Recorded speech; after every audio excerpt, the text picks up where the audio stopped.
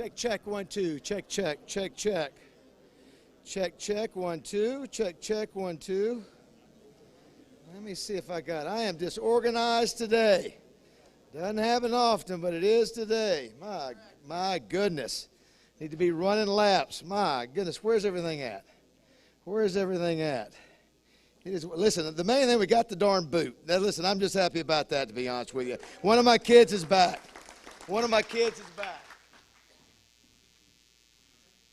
All right. Yes, it is one of my kids. I don't have kids, but I have bronze. I have bronze, and I have gold. Week number 13, hard to believe. One more meeting next week. It's going to be great to hear from Quinn and Ware today. But we only have one more meeting. Ken Hatfield will be speaking next week. One of the great, he is such a good speaker. So we have our James Street Sportsmanship Award, where we recognize about 12 kids from 12 of the high schools who play football programs in Little Rock. And they're always not the superstars. There could be the manager. There could be somebody who's a third stringer, but somebody that coach has really been impressed with. And it's really neat for our membership to show up and support and show those kids how what they do is important too, maybe not just scoring the most touchdowns. And Kid is always a great speaker, so make sure and be here for that. I know we had Lynn Swan scheduled for January. By the way, Ken Hatfield on our date says the 22nd. It is Monday, so just disregard the 22nd. It is next Monday. Lynn Swan will not be speaking at our banquet on January 14th. I'm in the works. They had a little issue there that we had to cancel that agreement, so we've got somebody else coming, and I always seem to find somebody, and I will find somebody that's going to be outstanding. I saw where our Cliff Harris Award winner, who was here 2 years ago, he was a second-round draft choice for the Patriots, picked off another pass yesterday for New England. He's really become a star for New England. His name is Kyle Duggar, so continue to pay attention to him. But it's been a great year. It's been a fun year. Let's go ahead. Would you come up and lead us in a word of prayer, Gary Underwood? I heard on the radio this morning that there are now 11 current football coaches that are now not their football coaches there anymore, okay? Could be one of those, right? Speaking at the banquet. Could be. Let's pray. Dear Heavenly Father, we just thank you so much for all the good things that you have done for us, provide for us, the way you take care of us. Lord, we just thank you so much for your goodness in our lives. Use us today in your service. In your name we pray. Amen. Thank you, Gary. You may have noticed that Quinn Grovey is here. Let's give a big round of applause for our man, Quinn Grovey, one of the Razorback greats of all time.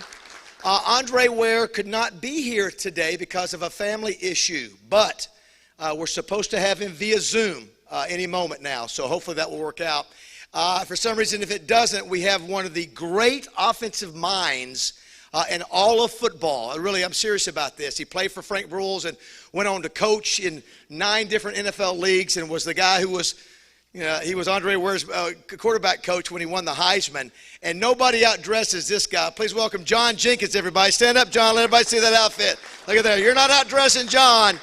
You're not outdressing him. So we're going to have some great back and forth. Hopefully we'll be able to get Andre here in just a few minutes. Do want to thank our sponsors, 1037 The Buzz. Thank you so much for being here every week, sponsored by Arkansas Urology. The Hatcher Agency, where's Greg Hatcher? Greg was really instrumental in helping me out in a big way this weekend. Oh, wearing his 1037 The Buzz shirt. Very nice. And Greg was so excited. We text each other on the weekends to see how his son Lane is doing. Just found out that Lane was the Sun Belt Player of the Week. Let's give a big round of applause for Lane. Passed for 445 yards, so nothing beats winning, does it, Greg? So you come out of there. I know it's been a frustrating year, but glad to see Lane get the win, and thank you for the Hatcher Agency and Twin City Limo for your support. War Memorial Stadium, we had to correct something. So I mentioned the JUCO National Championship being played here. It's not on a Saturday, it's on a Friday. So it's December 17th and then the Razorbacks play at Simmons Bank Arena the next night. That's right. So December 17th, mark your calendar to get out and support, the best JUCO players in America. Who knows, they might end up playing at a school here in Arkansas. So I do want to acknowledge War Memorial Stadium for their sponsorship. Arkansas Urology, is anybody doing No Shave November? Anybody want to acknowledge that? We got a few. Scott, of course you are. Right there, John, I see it. Very nice. Rex, can you grow a beard? No? You couldn't see it if you did. Get by and get your test, guys. No playing around there. 14 clinics across the state. They'll take great care of you. You know, I got my test a couple weeks ago. Thank you, Arkansas Urology. Pulaski County Farm Bureau, Todd Dennis, Stephen Reichert, for all your insurance needs. Give Todd and Stephen a chance to quote whatever it may be. We appreciate them. Advantage Service Company. See Kevin Brooks is here today with his gang, and great to have them as a new sponsor this year. One Call does it all. HVAC, plumbing, electrical. They handle it all. Advantage Service Company. Thank you, Kevin, and Mike McClellan. Dairy Queen, 12th location. When do we open up, Nelson? Is it this week you're redoing the Russellville? We actually opened last week. Opened last week, so it's official. So go by now. It's run by your company, which has 12 altogether in Arkansas. So we're excited for Dairy Queen. We appreciate their support of high school football and college football. Let's see. Who else do I want to thank here? Let's thank Simmons Bank Arena. I wanted to mention them. Where are my Simmons Banks folks? So we got a new concert. Journey is coming with Billy Idol. Were you a big Billy Idol fan, Rex? No. For some reason, I had a feeling that would be the case. So they announced this morning that's for March 19th, and so I think tickets are on sale. I think this Friday at 10. Also announcing comedian Cat Williams for February 19th. Oh, both of those are on sale this Friday at 10. Don't forget also Alabama with Tracy Lawrence is on sale Wednesday at 10 a.m. So a lot of good things happening over at Simmons Bank Arena. Also, thanks to Big Red Store, Store 46 is open in Alexander. I know we've got Chandler Tillery and Cameron Lee. Where's Cameron and Chandler at? You guys are running that store in Alexander, and the Buzz will be there Thursday, so we'll be broadcasting. We'll be making a lot of noise. Cameron, you got to look me in the eye now when I talk. No, I'm kidding with you. Great to have you guys here. Big Red is the best. And can I mention that you have another NIL athlete? In addition to Grant Morgan killing it this weekend, Connor Vanover was the leading scorer for the Razorbacks the second game out. Yeah, I love Connor, 7 foot. Wright, Lindsay, and Jennings have a special guest today. CEO of Baptist Health, Troy Wells. Where's Troy at? See, listen, you didn't know. You didn't think you'd come here and not get recognized. Troy's done a magnificent job navigating through all this COVID adventure that we've been in. Troy, I can't imagine what it's been like to be in healthcare and to be in charge of the health care institution in the state, but great job. And the fact that you're affiliated with Wright, Lindsay, and Jennings is also another positive for you. I know, listen, Judy Henry is the chairperson of the Baptist Health Board, and so we appreciate them, and it's a great organization. But Troy, thank you for being here and being their special guest, Wright, Lindsay, and Jennings. And I've got to mention KJ Jefferson. That's Judy's NIL person. How many were saying, just run, KJ, just take the ball, snap the ball, and run with it. Just do what you can do. That's what I was doing. So thanks to Judy and Wright, Lindsay, and Jennings. Crane Automotive, 17 automotive dealerships, 3 RV dealerships, 17 automotive dealerships, 1 power sports dealership, 1,000 employees are employed through Crane Automotive. Always great to have you guys down here in front. Appreciate Larry Crane and Crane Automotive. Democrat Gazette, Amanda Copley. Where's Amanda? Thank you. It's been a great year. Today is our last Player of the Week, All Arkansas Preps Player of the Week, and is a great young man. I think one of our longest drives in, but we appreciate you and Wally and the Democrat Gazette for sponsoring this for I don't know how many years now. We appreciate them. Of course, Simmons Bank. We couldn't do it without a great, amazing presenting sponsor. Bill Yee sitting in today. Bill, we get to see you once every few years. Great to see you. You're the power couple with you. Everybody knows Bill's wife. And Tamitra Phillips. Tamitra, this is the first time we've had you on board. We appreciate you being here today. We couldn't do it without Simmons Bank and our great sponsors. We've got the best team of sponsors in America led by Simmons Bank. Let's give all of them a round of applause if you don't mind.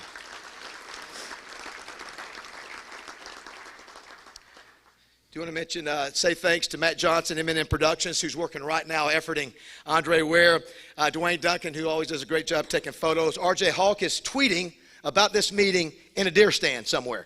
So, yeah, I don't know if he's going to kill any deer, but appreciate R.J. Hawk. And Meredith Scott Hale from CareLink. We appreciate what you do at CareLink and the great organization that is. We appreciate you helping with our social media. And our amazing Touchdown Club volunteer team. We have the best ladies and guys in the business led by Debbie Wyman. Let's give all of our volunteers a big round of applause. So you'll hear whenever they talk to you.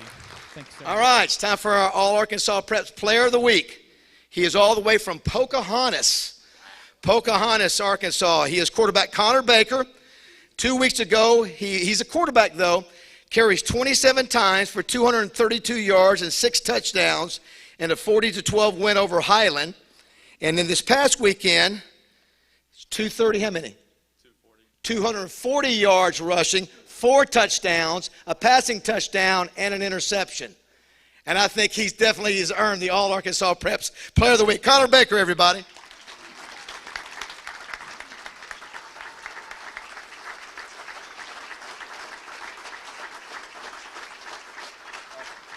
Are you a senior?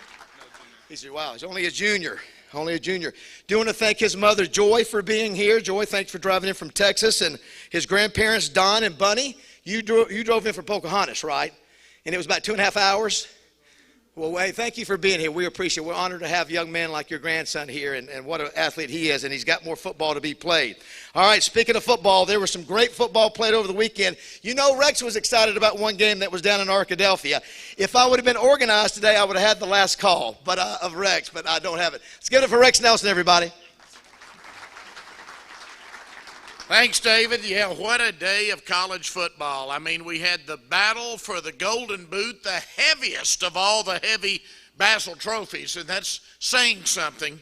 I mean, I've still got a pulled muscle from just picking up the Cliff Harris Award a few weeks ago, David, when it was up here. We had the battle for the Golden Boot. We had the battle of the Ravine. Even the Arkansas State victory all came down to late field goals. What a day. How about Cam Little, 37-yard field goal in overtime to power Arkansas to a 16-13 victory at LSU. I asked for it last week, but David, what do you tell those Hogs again? One more time. Go get that boot. I think he left a word or two out, didn't you? Well, that's all right. That's a PG version of it there. It was his third field goal of the game, and of course it followed Monteric Brown's interception on LSU's first possession in overtime. So how about the Razorbacks now sitting at 7-3 after what they've been through in recent years? Wow. Really a good chance now at an 8-win season, and you know, a 9-win season not out of the realm of possibility. Any given Saturday, as they say. Snapped a 5-game losing streak in the series with that win. First 7-win season since 2016. Sam Pittman evens his record as head coach at Arkansas at 10-10. Arkansas, get this is quite a record. Arkansas is 10-2 in overtime games on the road. They like overtime on the road. They're 2-1 at LSU. LSU falls to 4-6 overall, 2-5 in the conference. LSU did outgain the Hogs 308 to 218, and as you know, led for much of the game. But the difference was in takeaways, and Arkansas wins that takeaway battle 3-0. So Cam Little now has 17 field goals. That's the most for a freshman in years, passing Zach Hocker's 16 that he had back in 2010. So on to play Alabama on CBS on Saturday afternoon. We'll see how it plays out, but a great victory for Arkansas. As David mentioned, Ouachita's Gabe Goodman, a sophomore from right there in Arkadelphia, kicks a 53-yard field goal in the final minute to power Ouachita to a 31-28 victory over Henderson in the 94th Battle of the Ravine. Now, a lot of you probably read, it was at the top of the sports section yesterday in the Democrat Gazette, and read the story, but I've got to tell right quick because you've heard me talk about Hayden Laster, who's coming to work as soon as the season finishes for Greg Hatcher here, but he is the senior leader of that team. He's out of Warren. He plays in the secondary. He was a quarterback in high school, and so he's the holder on field goals. They tried the 53-yarder, and it falls about 10 yards short, but Henderson had called timeout to ice him. So the Ouachita coach is going to send the offense back on, said he can't make this. His longest ever had been 43. The kicker, it's like a Hollywood script, the holder, Lassiter, talks Coach Todd Knight into letting him kick. He said, Coach, you've got to let him kick. He's going to make it. And the coach changed his mind and let him kick. The kid grew up in Arkadelphia, and he said his dream growing up was to kick a winning field goal in the Battle of the Ravine. So there you have it. Both teams came into the game. Yeah, it's a great story. Both teams came into the game nationally ranked. Both finished 9-2. Ouachita's 5th consecutive Battle of the Ravine victory. Ouachita, typical Battle of the Ravine, nobody pulls away. Ouachita led 14-0 after one quarter. Henderson came back to tie it 14-14 at the half. Ouachita scores on its first possession of the third quarter. Henderson then scores to make it 21-21. Ouachita goes down, scores, makes it 28-21. Henderson comes back in the final minutes, ties it again at 28-28, and the field goal wins it in the last minute. Harding, though, wins the GAC. Congratulations to the Bisons. 10-1 GAC champion following a 31-0 win at 4-7 Arkansas Tech. Harding will host 9-2 Washburn, the Ichabods, in case you're wondering what their mascot is. You got to love that. On Saturday afternoon in Searcy, Harding only led 7-0 at halftime last Saturday, but scored on its first 4 possessions of the second half.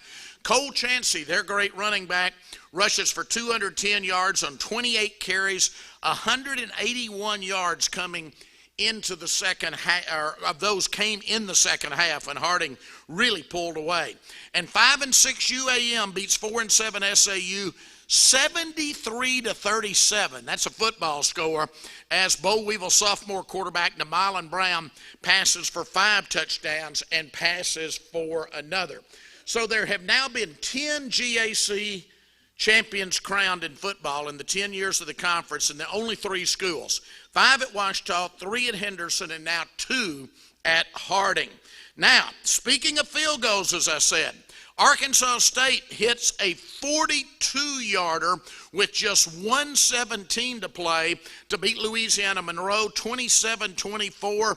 Red Wolf scores 17 of the game's final 20 points to come back and win that one. An interception with 20 seconds left seals the victory. ASU's first win since back on September 4th ends an 8-game losing streak.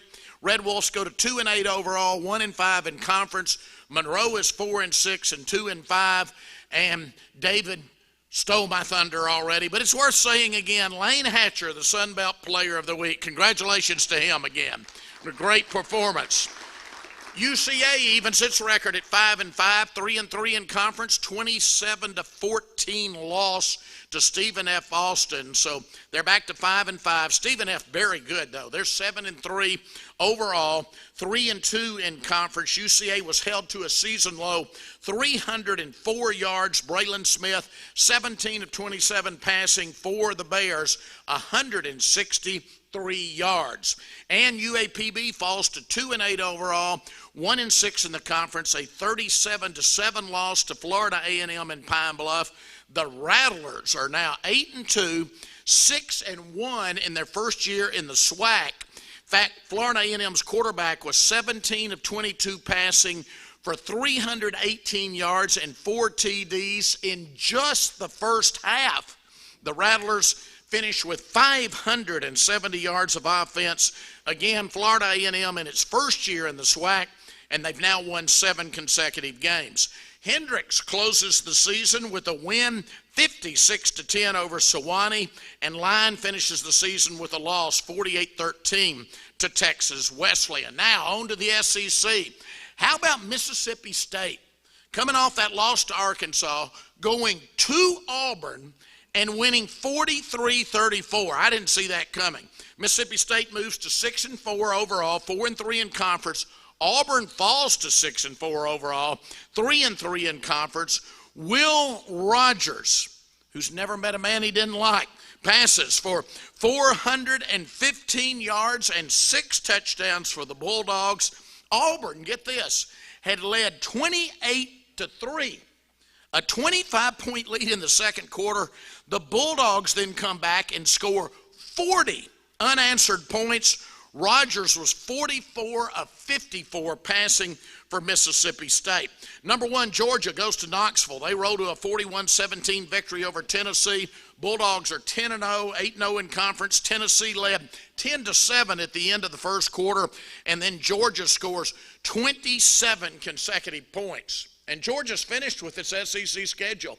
Kind of unusual. They finished the season with 2 non-conference games. Alabama goes to 9-1, 59-3 Over 1-9, New Mexico State. Bryce Young, 21 of 23 passing, 270 yards and 5 touchdowns, and he got to rest. That was almost all in the first half, so he got to rest for that Arkansas game because Alabama led 49-3 at the halftime of that game. So most of their starters will be well rested coming into Saturday afternoon's game.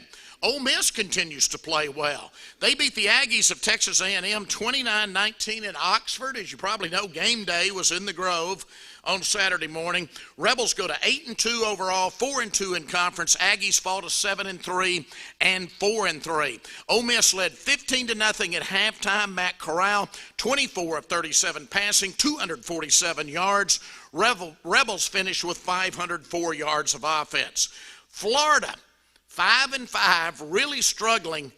They trailed Samford, not Stanford, Samford, from Birmingham for much of the game. In fact, Samford had 42 points on them at halftime. They come back and win 70-52, but you have to wonder, Dan Mullen already fired 2 of his top assistants last week. Who's he going to fire this week? He's going to have to fire somebody, right, after giving up 42 to Samford in the first half. Kentucky ends a 3-game losing streak. 34-17 over Vanderbilt in Nashville. The Wildcats now 7-3 overall, 5-3 in conference. Commodores 2-8 overall, 0-6 in conference, and have now lost 19 consecutive SEC games.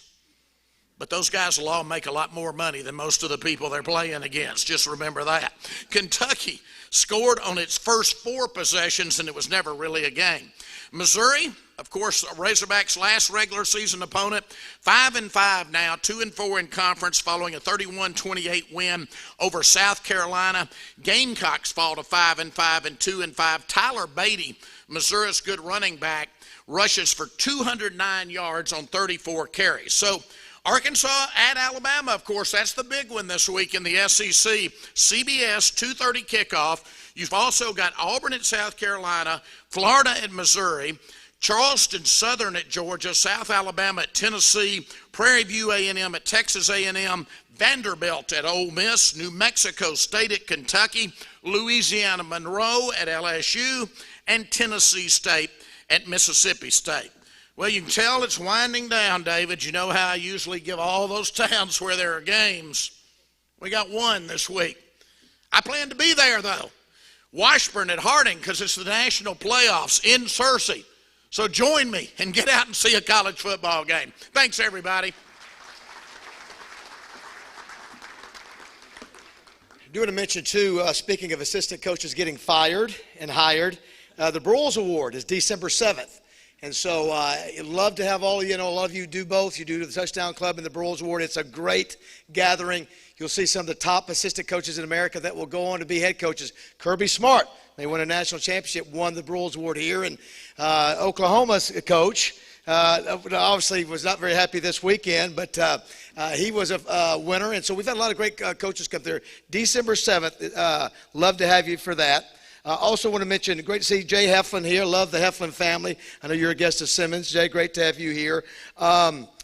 Richard Day. Richard, great to see you as a guest of John Jenkins. And I also just was told Cam Little was the SEC Special Teams Player of the Week. So no surprise there. That's right. Today we've got 2 of the greatest guys to ever play football.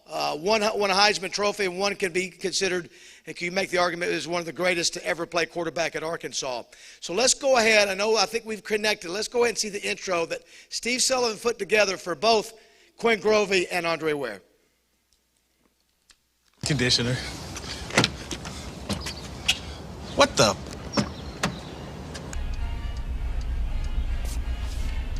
You may remember Andre Ware from his Heisman House commercials. Andre, this is getting ridiculous. What? Shasta, take that stupid mask off. 1989 was a magical year for Andre and his Houston Cougars. He threw for 4,699 yards, 44 touchdowns, and set 26 NCAA records in one season. He did all that in just 11 games. Andre won both the Heisman Trophy and the Davy O'Brien Award in 1989. The 7th pick of the 1990 NFL Draft, Andre played 10 seasons of pro ball and was part of a Grey Cup championship team in 1997. Quinn Grovey is one of the most popular players ever to wear a Hog uniform. A magician under center, Quinn was a dynamic runner and an effective passer. He led Arkansas to back-to-back Southwest Conference titles. A member of the Hogs All-Century team, Quinn threw for 4,496 yards and rushed for almost 2,000 yards as a Hog. Today, these two legends are reunited over 30 years after their epic battle at War Memorial Stadium. Please welcome the Cougar Andre Ware and the Razorback Quinn Grovey.